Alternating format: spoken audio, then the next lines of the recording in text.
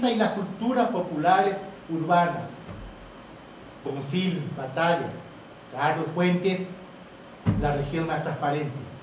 Magnífica novela donde hay un diálogo entre la historia y el mito.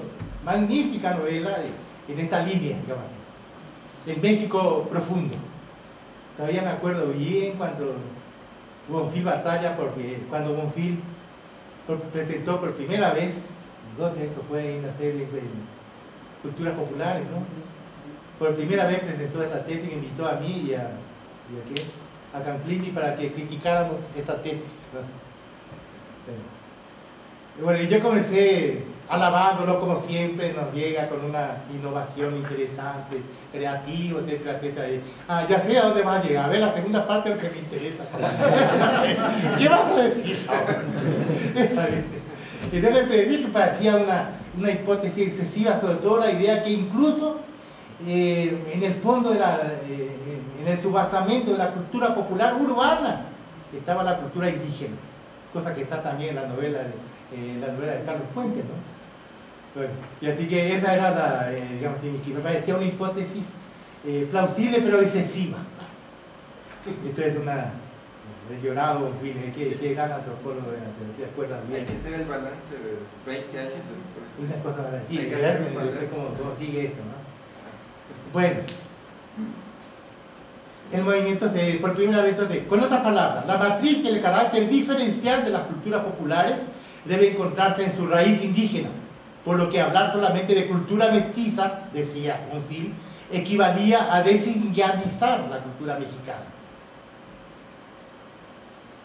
Ahora bien, a partir del levantamiento neozapatista de 1994, se produce en México una progresiva toma de conciencia del carácter pluricultural de la nación, que lleva a abandonar el proyecto de integración de los indígenas a la cultura nacional y culmina en agosto de 2001 con la famosa reforma del artículo 2 constitucional, donde se lee este texto lapidario: la nación tiene una composición multicultural sustentada originalmente en sus pueblos indígenas, que son aquellos que descienden las poblaciones que habitaban originalmente en el territorio actual del país.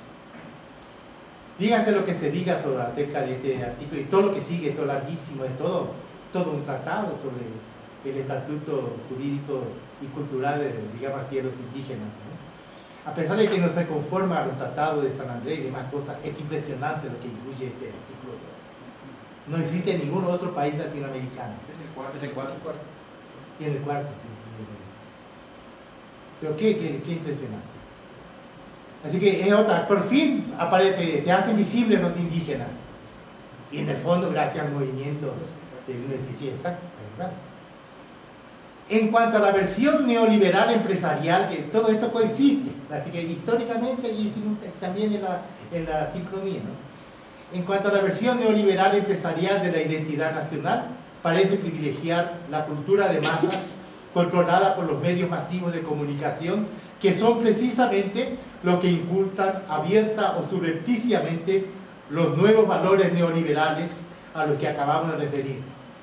Así que todos tenemos que ser competitivos, industriosos, luchar, etcétera, etcétera, claro. Así como nos dicen ahí Televisa y eso.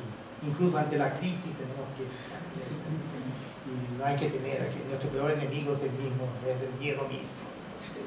Nada,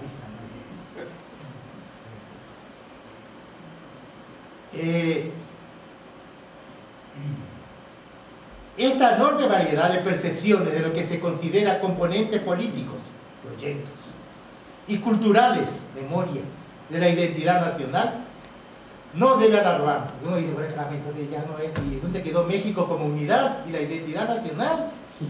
¿Dónde quedó? ¿No? Es decir, acabamos de ver, echar una revisión del proceso histórico, cómo ha cambiado, variado ambos elementos, el proyecto, digamos así, y la historia ha variado en el tiempo. Entonces, ¿dónde queda la unidad nacional? ¿Y por qué en las ceremonias del rito todos pensamos que pertenecemos a la misma nación y de la misma manera? Y sin embargo no es así, porque a lo mejor está, en el rito puede estar uno al lado de otro, Calderón y López Obrador, Y ambos se puede decir que soy tan mexicano como tú, pero no, es que no son igualmente mexicanos los dos. Así que ese es el problema, ¿no? Entonces, esta enorme variedad de percepciones de lo que se considera componentes políticos y culturales de la identidad nacional no debe alarmarnos. Les vamos a salvar la identidad nacional. No significa que la identidad nacional se haya desdibujado o diluido irremediablemente. Recordemos la tesis de Frederick Barth.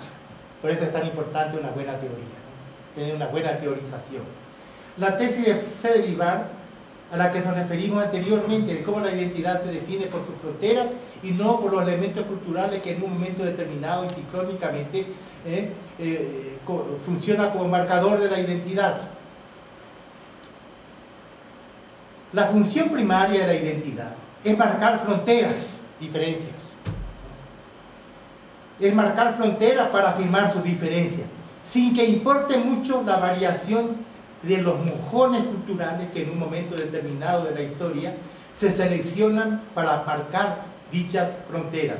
O en términos de George de Vos, gran antropólogo americano, dice él, lo cito, pueden variar los emblemas de contraste de un grupo sin que se altere su identidad.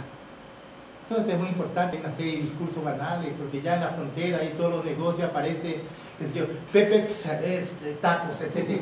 Ya se perdió, ahí ya se perdió la... No es cierto.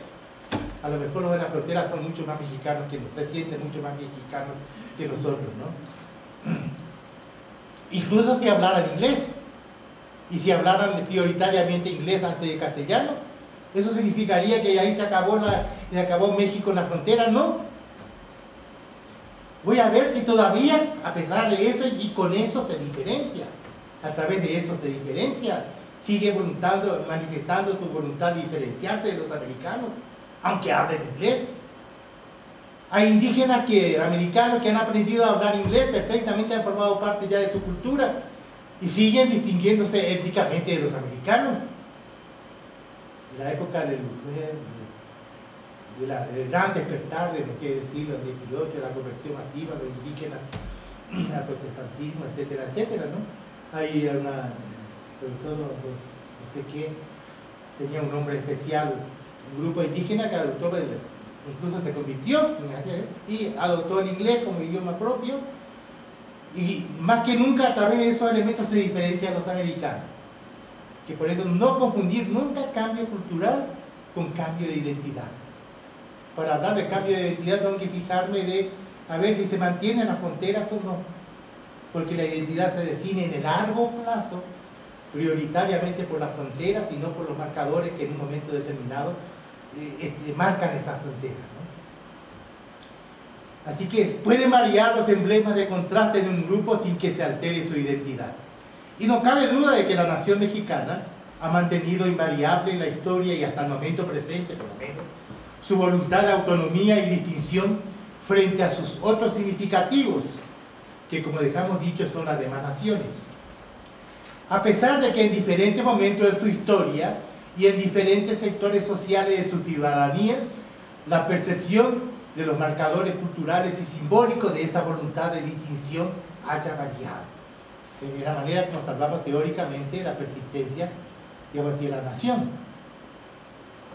La comprobación de la pluralidad de los nacionalismos y de los proyectos nacionales al interior de una misma nación solo nos obliga a descartar la concepción esencialista de la identidad nacional como un alma inalterable y homogénea constituida desde un pasado remoto de una vez para siempre. Esto es lo que debe incluirse. Esto es obra del imaginario. Como toda identidad, la identidad nacional no se constituye como una esencia inmutable, sino como un proceso histórico incesante de construcción y reconstrucción. Dicho de otro modo, al igual que la memoria que la nutre, la identidad nacional ha sido siempre y sigue siendo objeto en disputa y motivo de disputa. Su representación cambia históricamente y es susceptible de diferentes versiones, incluso la sincronía. Pasemos